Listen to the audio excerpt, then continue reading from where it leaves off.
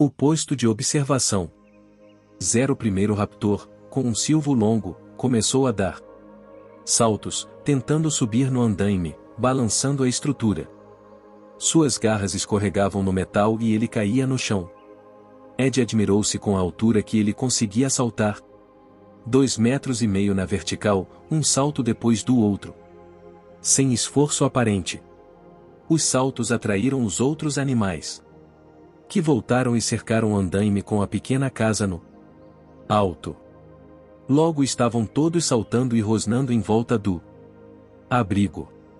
A estrutura balançava a cada impacto, a cada tentativa de se agarrar nas barras de alumínio. Porém o mais incrível, Levine notou, era que eles estavam aprendendo. Alguns começavam a usar os braços para se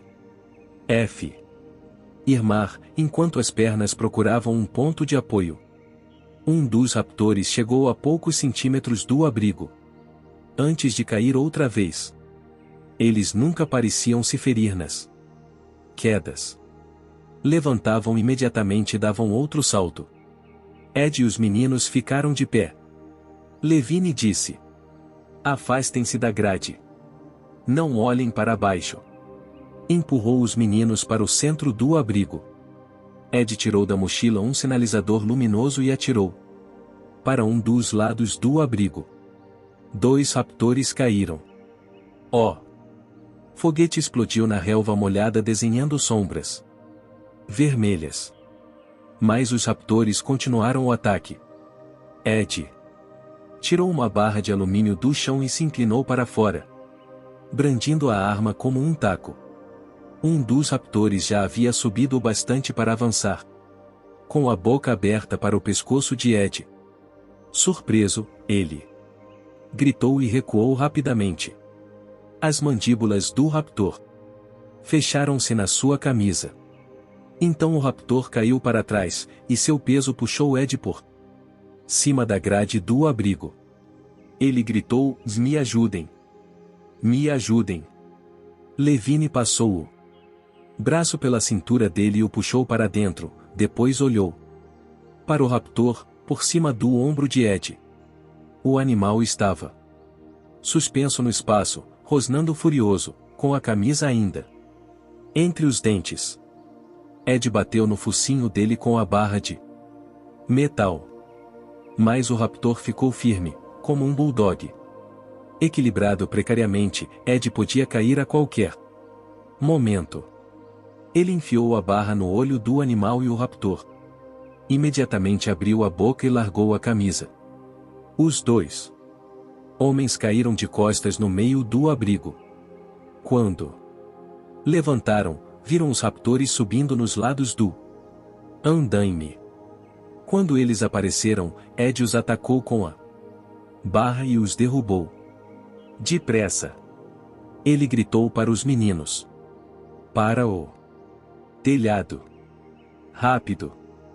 Kelly começou a subir por uma das barras, e chegou ao telhado com facilidade. Arby ficou parado, o rosto inexpressivo. Ela olhou para baixo e disse: "Venha, Arby." O menino estava petrificado, os olhos arregalados de medo. Levine correu para ajudá-lo a subir.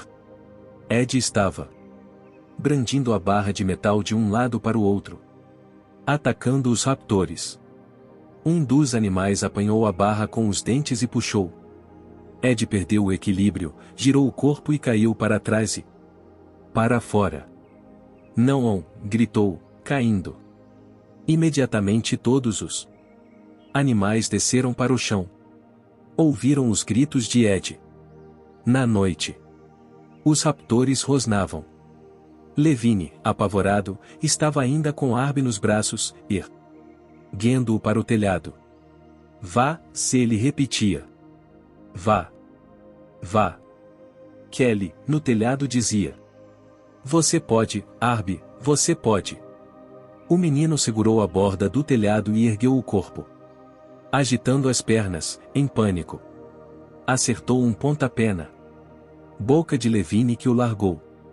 Ele viu o menino escorregar e cair para trás e para fora do abrigo. Ó, Cristo! Levine disse. Ó, Cristo! Thorne estava debaixo do trailer, soltando o cabo. Saiu e correu para o jipe. Ouviu o zumbido de um motor e viu Sarah saindo a toda velocidade na moto, com o rifle Lindstrad pendurado no ombro. Ele entrou no jipe, ligou o motor e esperou impaciente que o cabo acabasse de ser enrolado, olhando para o gancho que deslizava na relva. Para ele foi uma eternidade. Agora o cabo estava dando voltas na árvore. Ele esperou. Viu a luz da moto de Sarah entre a folhagem, correndo na direção do abrigo. Finalmente o motor do guindaste parou. Thorne ligou a marcha e saiu a toda da clareira. Ouviu o rádio e disse: Ian. Não se preocupe comigo, Malcolm disse com voz sonhadora. Eu estou ótimo. Kelly estava deitada no telhado do abrigo, olhando para baixo. Ela viu Arby chegar ao solo, no lado oposto ao de Ed. Teve a impressão de que o impacto foi muito forte. Mas não sabia o que acontecerá porque teve de virar o corpo para firmar mais a mão no telhado molhado e, quando olhou outra vez, Arby tinha desaparecido. Desaparecido. Sarah Arden seguiu-a toda pela estrada de lama na selva. Não sabia ao certo onde estava, mas achou que se continuasse descendo ia parar na planície. Pelo menos era o que esperava. Ela acelerou, passou uma curva e de repente viu uma árvore atravessada na estrada. Freou bruscamente, virou a moto e voltou por onde tinha vindo. Mais adiante ela viu as luzes traseiras do Jeep Thorne, entrando para a direita. Ela fez o mesmo, acelerando ao máximo. Levine estava no centro do abrigo, paralisado de terror. Os raptores não estavam saltando, já não tentavam subir na estrutura de metal. Estavam todos lá embaixo, rosnando. Levine ouviu o som de ossos sendo mastigados. O menino não gritou, não emitiu qualquer som. Levine suava frio. Então ouviu a voz de Arby gritando: Para trás! Para trás! No telhado, Kelly virou o corpo e olhou para o outro lado. À luz fraca do sinalizador, ela viu Arby dentro da gaiola. Ele tinha conseguido fechar a porta e estava passando a mão pelas barras para girar a chave. 3 raptores estavam perto dele. Saltaram para a frente quando a mão apareceu e ele a retirou rapidamente, gritando: Para trás! Os raptores começaram a morder as barras da gaiola, balançando a cabeça de um lado para o outro. Um deles prendeu a mandíbula inferior no elástico pendurado na chave. Ele levou a cabeça para trás, esticando o elástico e de repente a chave saltou da fechadura, batendo com força no pescoço do animal. O raptor berrou, surpreso, e recuou. O elástico estava enrolado na sua mandíbula, a chave brilhando à luz do sinalizador. O raptor tentou se livrar, puxando inutilmente o elástico que estava preso em seus dentes e cada vez que era puxado estalava no focinho dele. Então ele começou a esfregar o focinho no chão, procurando se livrar da chave. Enquanto isso os outros raptores conseguiram soltar a gaiola da superestrutura, derrubando-a. Depois de tentar atingir Arby com marradas violentas, começaram a chutar as grades. Outros animais se juntaram a eles. Logo eram 7 os raptores em volta da gaiola. À força de pontapés, eles a fizeram rolar para longe de abrigo. Os animais impediam que Kelly visse Arby. Ouviu o som de motor, ergueu a cabeça e viu os faróis do carro. Alguém estava chegando. Arby estava no inferno, dentro da gaiola, com os vultos negros rosnando em volta dele. Os raptores não conseguiam passar os focinhos entre as barras, mas a saliva quente caía em cima dele e, quando o atacavam com os pés, as garras arranhavam seus braços e seus ombros. E estava com o corpo todo ferido, a cabeça machucada com as pancadas nas barras da jaula. Seu mundo era um pandemônio confuso e aterrador. Arby só tinha certeza de uma coisa. Os raptores estavam levando a gaiola para longe do abrigo. Quando o carro se aproximou, Levine olhou para baixo. Iluminados pela luz do sinalizador que queimava no chão, ele viu 3 raptores arrastando para a selva o que restava do corpo de Ed. Eles paravam várias vezes para disputar a presa, mas mesmo assim conseguiam levá-lo para as árvores. Então ele viu outro grupo de raptores chutando e empurrando a gaiola. Eles a empurraram pela trilha e entraram na floresta. Levine ouviu o motor do jipe e viu Thorne na direção. Esperava que Thorne tivesse uma arma. Levine queria matar cada um daqueles animais malditos. Queria matar todos. Kelly, no telhado, via os raptores chutando a gaiola, empurrando-a para longe. Um raptor ficou para trás, rodando em círculos como um cachorro frustrado. Era o que estava com o elástico preso na boca. A chave pendurada no pescoço do animal brilhava na luz. O raptor balançava a cabeça para cima e para baixo violentamente. O jipe chegou roncando e o raptor pareceu confuso com as luzes dos faróis. Thorne acelerou, lançando o carro para cima do animal. O raptor deu meia volta e correu para a planície. Kelly desceu do telhado e depois para o chão. Thorne abriu a porta, e Levine entrou no jipe. Eles levaram o garoto. Levine apontou para a trilha. Kelly correu para eles, gritando: "Esperem! Volte lá para cima", Thorne disse. "Sarah, vem aí. Nós vamos apanhar Arby. Mas não podemos perder os animais de vista." Thorne acelerou e seguiu pela trilha, atrás dos raptores. No trailer, Ian Malcolm ouvia as vozes gritando no rádio. Ouvia o pânico, a confusão. Tudo está indo para o inferno ao mesmo tempo, ele pensou. Centenas de milhares de coisas interagindo. Suspirou e fechou os olhos. Thorne acelerava. A selva cerrada se fechou em volta deles. A trilha ficava cada vez mais estreita, as árvores enormes cada vez chegavam mais perto. "Acha que vamos conseguir?" ele perguntou. "Tem largura suficiente", disse Levine. "Passei por ela a pé esta manhã. Os parassauros usam este caminho." "Como isso aconteceu?" perguntou Thorne. "A gaiola estava presa ao andaime." "Eu não sei. Ela se soltou." "Como? Como?" "Eu não vi. Aconteceu muita coisa." "E Ed?" Thorne perguntou sombriamente. "Foi rápido", disse Levine. O jipe seguia no meio da selva, saltando na trilha dos animais. As cabeças dos 2 homens batiam na capota. Thorne dirigia a toda.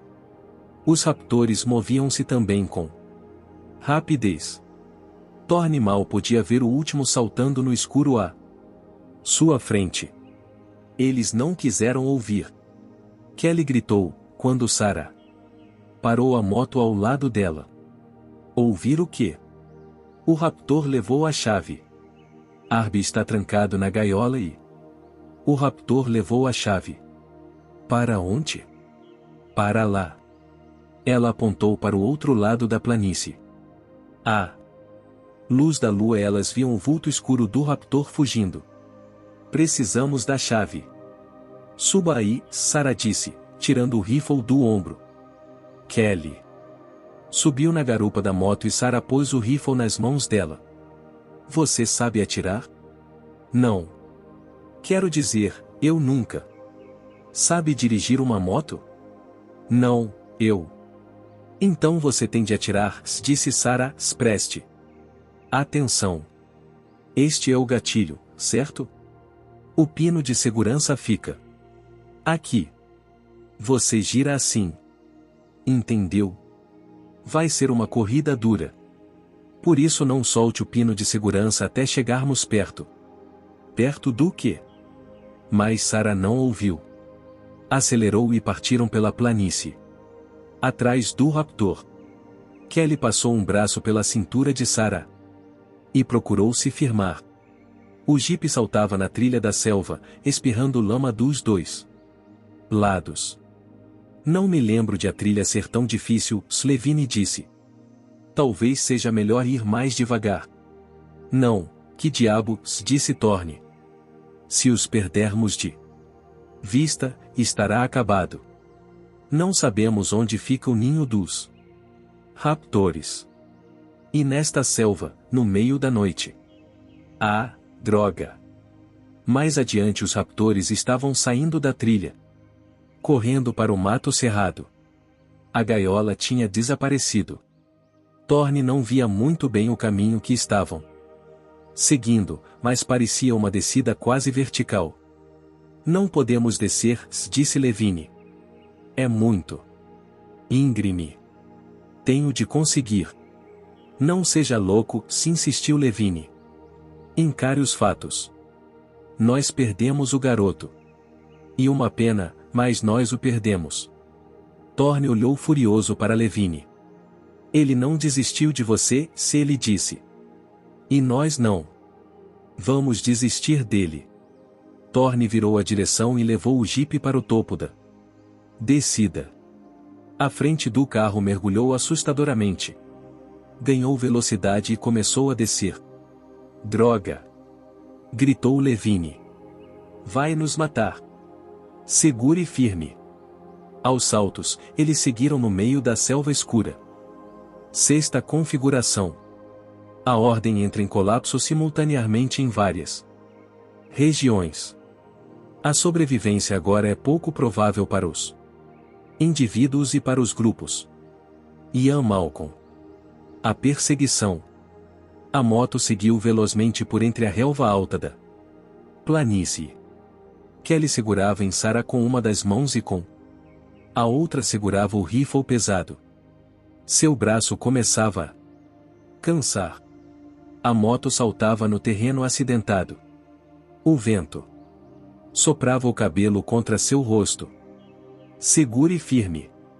Sarah gritou. A lua apareceu entre as nuvens, e a relva ficou prateada. O raptor estava a 40 metros à frente, ainda ao alcance. Dos faróis da moto estavam diminuindo a distância. Kelly não via nenhum outro animal na planície, a não ser o bando distante de apatossauros. Chegaram perto do raptor. O animal corria velozmente. Com a cauda rígida no ar, quase invisível na relva alta. Sarah virou a moto para a direita e emparelhou com o animal. Chegavam cada vez mais perto. Ela se inclinou para trás e gritou, aproximando a boca do ouvido de Kelly. Prepare-se. O que eu faço? Estavam correndo ao lado da cauda do raptor. Sarah acelerou, passando pelas pernas, movendo-se para a direção da cabeça. O pescoço. Ela gritou. Atire no pescoço.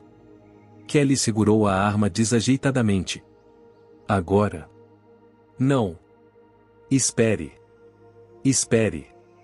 O raptor entrou em pânico quando a moto se aproximou e aumentou a velocidade. Kelly estava tentando encontrar o pino de segurança. A arma balançava em sua mão. Seus dedos tocaram o pino. E escorregaram. Tentou outra vez. Ia precisar das duas mãos e isso significava soltar a cintura de Sarah. Prepare-se. Sarah gritou. Mas eu não posso. Agora. Atire. Agora. Sarah virou a moto rapidamente e emparelhou com a cabeça do raptor. Estavam muito perto, e Kelly sentia o cheiro do animal. O raptor virou a cabeça e abriu e fechou a boca ameaçadoramente. Kelly atirou. A arma saltou em suas mãos e ela agarrou a cintura de Sarah outra vez. O raptor continuou a correr. O que aconteceu? Você errou. Kelly balançou a cabeça. Não faz mal, Sarah gritou. Você vai conseguir. Vou chegar mais perto. Virou a moto na direção do raptor outra vez, chegando o mais perto possível. Mas dessa vez foi diferente. Quando emparelharam com ele, o raptor investiu rapidamente contra elas. Sarah gritou e virou a moto, aumentando a distância outra vez. Filhos da mãe espertos, se ela gritou. Não dão uma segunda chance. O raptor as perseguiu por alguns momentos e de repente mudou de direção na planície. Ele está indo para o rio. Kelly gritou. Sarah acelerou. A moto saltou para a frente. Qual a profundidade? Kelly não respondeu. Qual a profundidade? Eu não sei. Kelly gritou. Estava tentando lembrar dos raptores atravessando o rio. Lembrou que eles estavam nadando. Isso queria dizer que devia ter no mínimo mais de 1 metro? Sarah perguntou. Sim. Então não dá. Estavam agora 10 metros atrás do raptor e a distância aumentava. O animal entrou num pequeno bosque cerrado de cicadáceas. Os troncos ásperos arranhavam Sarah e Kelly. O terreno era desigual, e a moto saltava loucamente. Não vejo nada. Sarah gritou. Segure firme. Virou para a esquerda, na direção do rio, afastando-se do raptor. O animal estava desaparecendo na relva alta. O que está fazendo? Kelly perguntou. Temos de cortar o caminho dele. Com gritos agudos, um bando de pássaros levantou voo na frente delas. Sarah continuou entre o tatalar das asas, e Kelly abaixou a cabeça. O rifle disparou. Cuidado! Sarah gritou. O que aconteceu? O rifle disparou. Quantos tiros ainda tenho? Só mais 2. Veja se acerta. O rio apareceu cintilando à luz da lua. Saíram da relva para a margem de lama. Sarah mudou de direção, a moto derrapou e caiu para o lado. Kelly caiu na lama fria e Sarah caiu com todo o peso em cima dela. Sarah levantou. Imediatamente correu para a moto, gritando. Vamos! Atordoada, Kelly foi atrás dela. O rifle na sua mão estava cheio de lama. Imaginou se ia funcionar assim. Sarah já estava na moto, acelerando, fazendo sinal para ela se apressar. Kelly saltou para a garupa e Sarah subiu a margem alta do rio. O raptor estava a 20 metros na frente delas, aproximando-se da água. Ele está fugindo. O jipe de Thorne desceu a encosta aos saltos. Descontrolado. As folhas das palmeiras batiam no para-brisa, eles não viam nada, mas sentiam a inclinação louca da descida. O jipe deslizou de lado. Levine gritou. Thorne segurou a direção com força, tentando endireitar o carro. Tocou com o pé no freio. O jipe virou para a frente e continuou a descida. Chegaram a uma abertura entre as palmeiras.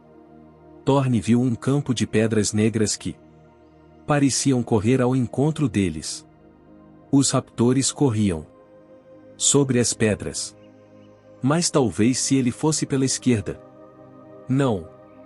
Levine gritou. Não. Segure firme.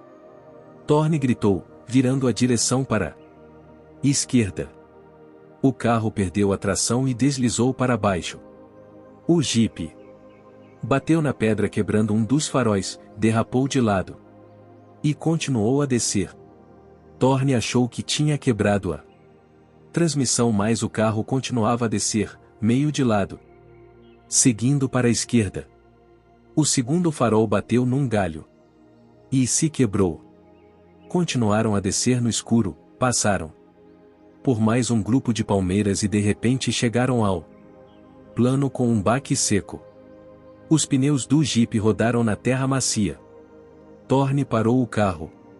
Silêncio. Olharam pelas janelas, tentando ver onde estavam. Mas estava muito escuro. Aparentemente era o fundo de um desfiladeiro, sob o dossel das copas das árvores. Contornos aluviais, disse Levine. Devemos estar num leito seco de rio. Quando seus olhos se ajustaram à escuridão, Thorne viu que Levine estava certo. Os raptores corriam para o centro do leito do rio, protegido por grandes pedras nos dois lados.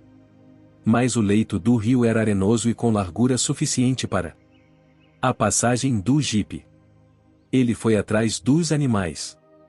Tem ideia de onde estamos? Levine perguntou, olhando para os raptores. Não. O leito seco do rio ficou mais largo, abrindo-se numa bacia plana. As pedras desapareceram, substituídas por árvores. Nos dois lados, remendos de luar apareciam aqui e ali, melhorando a visão. Mas os raptores tinham desaparecido. Thorne parou o carro, abaixou o vidro e escutou. Ouvia os rosnados e os silvos. Pareciam vir da esquerda. Thorne engatou a marcha e saiu do leito do rio, seguindo entre as samambaias e um ou outro pinheiro. Acha que o menino sobreviveu àquela descida? Levine. Eu não sei. Nem imagino. Ele seguiu devagar. Chegaram a uma abertura nas árvores e viram uma clareira com samambaias muito amassadas. Além da clareira viam as margens do rio com o luar brilhando na água. De algum modo, tinham voltado para o rio. Mas sua atenção estava toda na clareira. No vasto espaço aberto havia vários esqueletos de apatossauros. As costelas enormes, arcos de ossos descorados brilhavam na luz prateada da lua. O vulto escuro de uma carcaça parcialmente devorada estava deitado de lado no centro da clareira, com nuvens de insetos zumbindo sobre ela. Que lugar é este? Disse Thorne. Parece um cemitério. Sim, disse Levine. Mas não é. Os raptores estavam agrupados num lado da clareira, lutando sobre os restos do corpo de Ed. Na outra extremidade havia 3 elevações baixas com as paredes quebradas em vários lugares. Dentro dos ninhos eles viram pedaços de cascas de ovos. Era forte o cheiro de podridão. Levine inclinou para a frente, observando com atenção. Este é o ninho dos raptores, se ele disse. No trailer escuro, Malcolm sentou com uma careta de dor. Apanhou o rádio. Você achou o ninho?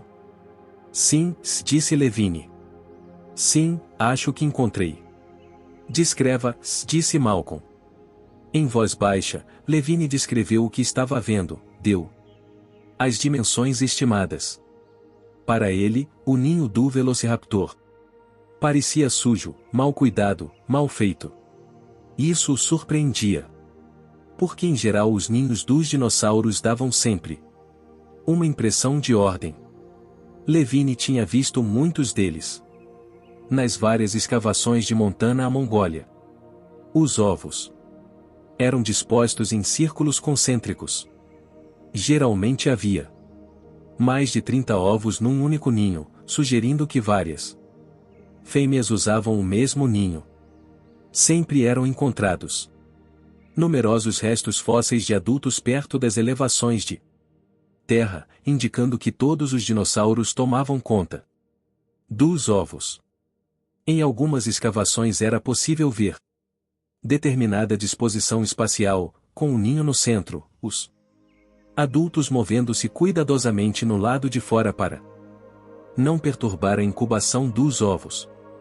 Nessa estrutura rígida, os dinossauros lembravam seus descendentes, os pássaros, que também tinham um padrão definido para o namoro, o acasalamento e a construção do ninho. Mas os velociraptores eram diferentes. A cena que estava vendo dava a impressão de uma desordem caótica. Ninhos mal feitos, adultos sempre brigando, poucos animais jovens. As cascas dos ovos amassadas, as elevações de terra quebradas e com marcas de pés. Havia ossos espalhados em volta dos ninhos, que Levine supôs serem os restos de raptores recém-nascidos. Não via nenhum filhote na clareira. Havia 3 animais jovens, mas tinham de se defender dos outros e já estavam cheios de cicatrizes. Pareciam magros, subnutridos. Andavam na periferia da clareira, recuando sempre que um adulto os ameaçava. Investindo com as mandíbulas abertas. E os apatossauros? Perguntou Malcolm. O que me diz das carcaças? Levine contou 4 ao todo. Em vários estágios de decomposição. Precisa dizer isso para Sarah, Malcolm disse. Mas Levine já estava interessado em outra coisa. Imaginava como aquelas carcaças tinham ido parar ali. Os apatossauros não tinham morrido naquela clareira por acidente. Sem dúvida eles evitavam aquele ninho. Não. Podiam ter sido atraídos para ali e eram grandes demais para ser carregados. Então, como chegaram à clareira? Uma resposta óbvia, que ele não conseguia definir, desenhava-se no fundo de sua mente. Eles levaram Arby? Malcolm perguntou. Sim, disse Levine. Levaram. Levine olhou para o ninho, tentando encontrar a resposta. Então Thorne chamou sua atenção. Lá está a gaiola. Ele apontou para a outra extremidade da clareira. Levine viu a gaiola no chão, meio escondida entre as folhagens. Percebiam o brilho das longarinas. Mas não viam Arby. Lá adiante, disse Levine. Os raptores ignoravam a gaiola, brigando, disputando os restos de Ed. Thorne apanhou o rifle Linstrad e abriu-o. Pente. 5 dardos. Não é suficiente, se ele disse. Havia pelo menos 10 raptores na clareira. Levine procurou a mochila no banco traseiro e a encontrou finalmente no chão do jipe. Tirou de dentro dela um cilindro prateado do tamanho de uma garrafa de refrigerante, com um crânio e 2 ossos no rótulo e as palavras, cuidado metacolina tóxica, smivacurium. O que é isso? Perguntou Thorne. Uma coisa que eles inventaram em Los Alamos. E um neutralizador de área não letal. Libera uma espécie de aerossol de colinesterase de curta ação. Mas e o garoto? Perguntou Thorne. Não pode usar. Isso vai paralisá-lo. Levine apontou para a clareira. Se atirarmos a lata à direita da gaiola, o gás vai para o outro lado, para longe dele, na direção dos raptores. Ou vai para cima dele, disse Thorne. E ele pode estar gravemente ferido.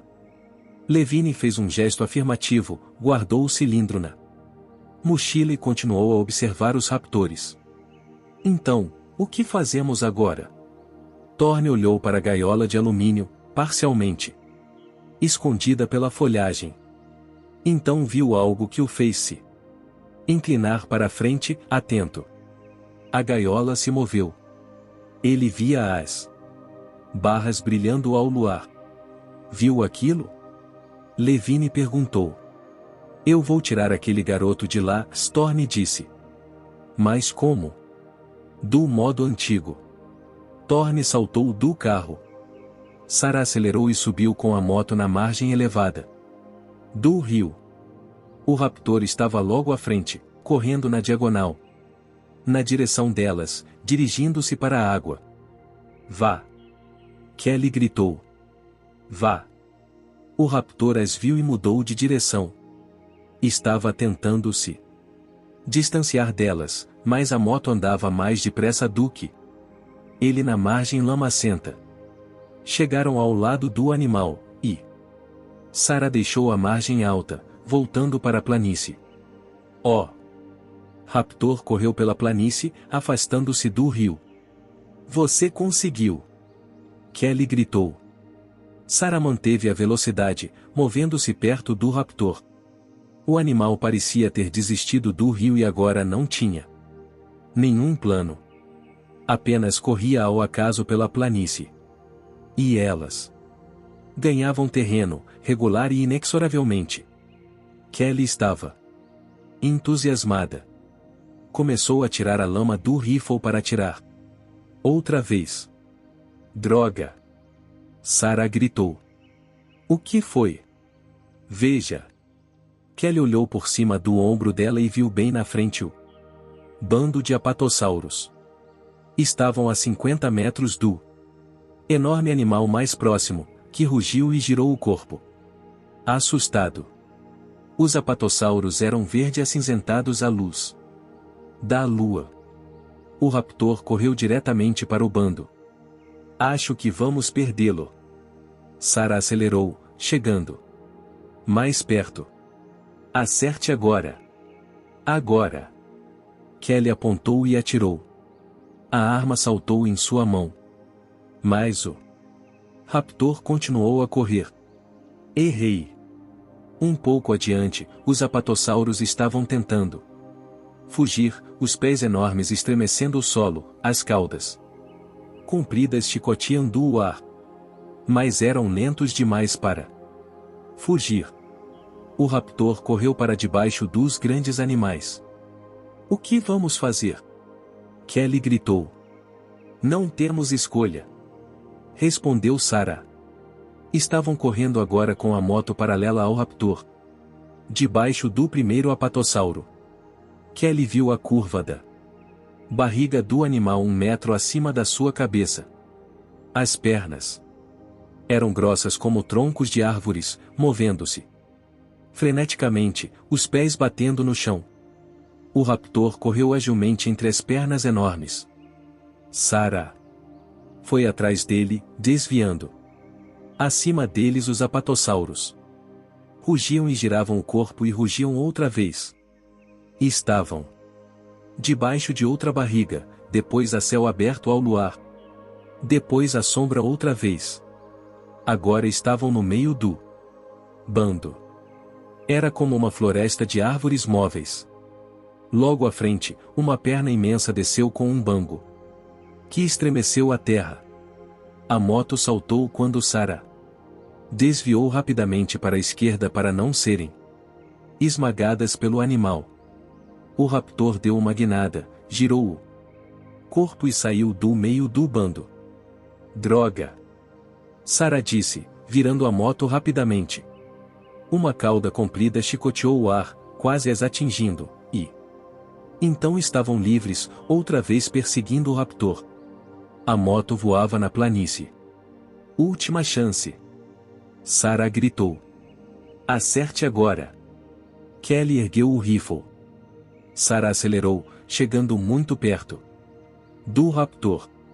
O animal virou a cabeça para atacá-la, mas ela manteve a posição e desfechou um soco violento no focinho do animal. Agora. Kelly encostou o cano do rifle no pescoço do raptor e apertou o gatilho. A arma saltou para trás com violência, batendo no estômago dela. O raptor continuou a correr. Não! Kelly gritou. Não! Então, de repente, o raptor caiu na relva Altessara. Parou a moto. O raptor estava a 5 metros delas, caído na relva, rosnando e ganindo. Depois silenciou. Sarah apanhou o rifle e abriu o pente de munição. Kelly viu mais 5 dardos. Pensei que fosse o último, Sela disse. Eu menti. Espere aqui. Kelly ficou na moto enquanto Sarah se adiantou cautelosamente entre a relva alta. Ela deu mais um tiro e esperou, para ver se o animal se movia. Então abaixou ao lado dele. Quando voltou, Sarah tinha na mão a chave da gaiola. No ninho, os raptores estavam ainda em cima da carcaça, num dos lados da clareira, mas sem a intensidade feroz do começo. Alguns começavam a se afastar, passando as patas nos focinhos, dirigindo-se lentamente para o centro da clareira. Aproximando-se da gaiola, Thorne subiu na traseira do jipe e tirou a coberta de lona. Examinou o rifle. Levine passou para o banco do motorista e ligou o motor. Thorne se firmou na traseira, segurando a barra de ferro, e disse para Levine: vá. O jipe entrou a toda velocidade na clareira. Ao lado da carcaça, os raptores olharam surpresos. Mas então o jipe estava além do centro da clareira, passou pelos esqueletos enormes, as costelas altas, acima das cabeças dos 2 homens. Levine virou o carro e parou ao lado da gaiola de alumínio. Thorne saltou e segurou a gaiola com as 2 mãos. No escuro, ele não podia dizer se Arby estava gravemente ferido ou não. O menino estava deitado de bruços. Levine desceu do carro. Thorne gritou para ele voltar e, erguendo a gaiola, a jogou na parte traseira do jipe. Thorne saltou para onde estava a gaiola e Levine deu a partida. Atrás deles, os raptores rosnaram e começaram a perseguição, correndo entre os enormes esqueletos. Atravessaram a clareira numa velocidade espantosa. Levine acelerou e um raptor saltou sobre a traseira do carro, apanhando a lona entre os dentes. Sibilando furioso, o animal não largou a lona. Levine acelerou ao máximo e eles saíram da clareira. No escuro, Malcolm voltou aos seus sonhos de morfina. Imagens flutuavam na frente dos seus olhos, paisagens aptas, o computador usado para pensar sobre a evolução. No mundo matemático de picos e vales, populações de organismos subiam os picos da aptidão ou deslizavam para os vales da não adaptação. Stu Kaufman e seus colaboradores haviam provado que os organismos avançados possuem restrições internas complexas que os tornam menos aptos a descer do ponto ótimo de aptidão para os vales.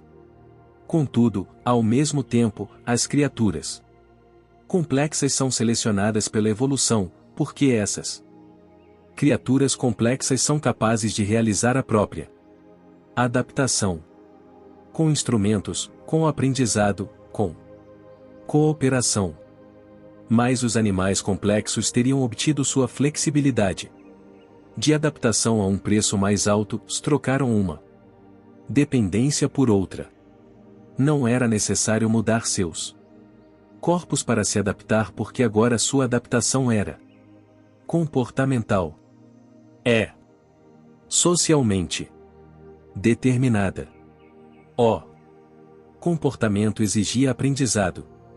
Em certo sentido, entre os animais superiores a aptidão adaptativa já não seria transmitida para a geração seguinte pelo DNA. Seu portador era o ensino. Os chimpanzés ensinavam seus filhos a apanhar cupins com um graveto. Esse ato implica, no mínimo, certos rudimentos de cultura, uma vida social e estruturada. Mas os animais que crescem isolados, sem pais, sem orientação, não seriam completamente funcionais. Os animais dos zoológicos geralmente não podem tomar conta das crias porque nunca viram como isso é feito. Eles ignoram os filhotes, rolam em cima deles, amassando-os, ou simplesmente os matam porque os incomodam demais. Os velociraptores pertenciam a uma das espécies mais inteligentes de dinossauros e uma das mais ferozes. Essas duas características exigem controle de comportamento. Milhões de anos atrás, no Cretáceo, agora desaparecido, seu comportamento foi socialmente determinado, passado dos animais mais velhos para os mais novos. Os genes controlavam a capacidade de criar esses padrões, mas não os próprios padrões.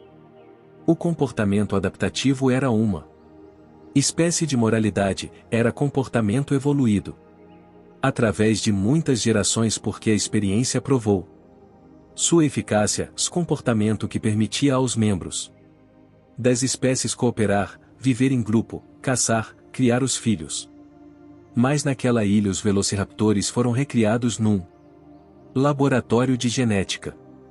Embora seus corpos físicos fossem geneticamente determinados, seu comportamento não era. Os raptores criados desse modo chegaram ao mundo sem animais mais velhos para orientá-los, para mostrar o comportamento adequado do raptor. Estavam sozinhos e era assim que se comportavam numa sociedade sem estrutura, sem regras, sem cooperação.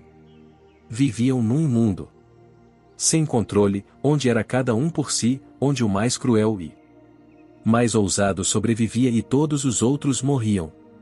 O jipe corria, saltando loucamente. Thorne segurava nas barras laterais para não ser jogado para fora.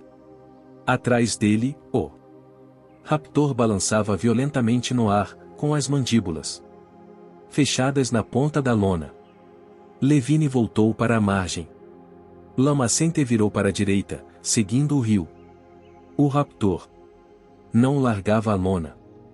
Logo adiante, Levine viu outro esqueleto na lama. Outro esqueleto? Por que havia tantos esqueletos naquela área? Mas não tinha tempo para pensar, seguiu em frente, passando debaixo da fileira de costelas enormes. Sem os faróis, ele dirigia inclinado para frente, aproveitando a luz da lua, atento aos obstáculos do caminho. Na traseira do carro, o raptor ergueu o corpo com um impulso, soltou a lona, fechou as mandíbulas em volta de uma das barras e começou a puxar a gaiola para fora do jipe. Thorne saltou para a frente e segurou o outro lado da gaiola. A gaiola girou rapidamente, e Thorne caiu de costas. Começou então um cabo de guerra com o raptor, se o raptor estava ganhando. Thorne passou a perna em volta do banco do passageiro para se firmar melhor. O raptor rosnou. Thorne sentia a fúria louca do animal vendo a possibilidade de perder a presa. Tome! Levine passou a arma para Thorne. Thorne estava deitado de costas, segurando a gaiola com as duas mãos. Não podia segurar a arma. Levine olhou para trás, viu a situação e depois olhou pelo retrovisor. O resto do grupo ainda os perseguia, rosnando e urrando. Não podia diminuir a marcha. Thorne não podia largar a gaiola. Mantendo a velocidade, Levine virou para trás e apontou a arma. Tentou ajeitar o rifle, sabendo o que aconteceria se atirasse acidentalmente em Thorne ou em Arby. Cuidado! Gritou Thorne. Cuidado! Levine conseguiu soltar o pino de segurança e apontou a arma diretamente para o raptor que continuava com a barra da gaiola entre os dentes. O animal ergueu os olhos e com Um movimento rápido soltou a barra da gaiola e mordeu o cano da arma, puxando com força. Levine atirou. O raptor arregalou os olhos quando o dardo atingiu a parte posterior da sua garganta. Com um gorgolejo áspero, entrou em convulsão e caiu para trás, para fora do jipe, na queda arrancando o rifle das mãos de Levine. Thorne ajoelhou rapidamente e puxou a jaula para dentro do jipe. Olhou para Arby, mas era difícil saber como ele estava. Olhou para trás. O bando de raptores ainda os perseguia, mas agora estava a 20 metros e a distância aumentava. A voz de Sarah soou no rádio do painel do jipe. Thorne. Sim, Sarah. Onde vocês estão? Seguindo o rio. As nuvens de chuva tinham desaparecido, e a noite estava clara, enluarada. Atrás deles os raptores continuavam a perseguir o jipe. Mas cada vez ficavam mais longe. Não vejo as luzes do jipe, Sarah disse. Não temos nenhuma luz. Uma pausa, estática, e ela perguntou, com voz tensa. E Arby? Está conosco, disse Thorne. Graças a Deus. Como ele está? Eu não sei. Vivo. A paisagem se abriu na frente deles. Estavam num vale muito amplo, com a relva brilhando prateada ao luar. Thorne olhou em volta, procurando se orientar. Logo compreendeu, estavam de volta à planície, mas bem mais ao sul. Nesse caso poderiam seguir pela estrada do penhasco, que ficava em algum ponto à esquerda. A estrada os levaria à clareira e ao segundo trailer. E a segurança. Ele bateu nas costas de Levine e apontou para a direita. Por ali. Levine obedeceu, e Thorne ligou o rádio. Sarah. Sim. Estamos voltando para o trailer pela estrada do penhasco. Tudo bem, ela disse. Vamos encontrá-los. Sarah olhou para trás, para Kelly. Onde fica a estrada do penhasco? Acho que é aquela lá em cima. Apontou para a parte mais alta do penhasco. Tudo bem, Sarah disse, acelerando a moto. O jipe seguiu pela planície, entre a relva alta. Estavam indo depressa, já não viam os raptores. Parece que os deixamos para trás, Thorne disse. Talvez, disse Levine. Ao sair do leito seco do rio, ele tinha visto vários animais correndo para a esquerda. Deviam estar escondidos na relva. Levine não acreditava que eles fossem desistir tão facilmente. O jipe corria para o penhasco. Logo adiante Levine viu uma estrada que subia do vale, íngreme e cheia de curvas. Era a estrada do penhasco com certeza. Agora que o jipe não saltava tanto, Thorne passou entre os dois bancos e se agachou perto da gaiola. Arby gemia baixinho.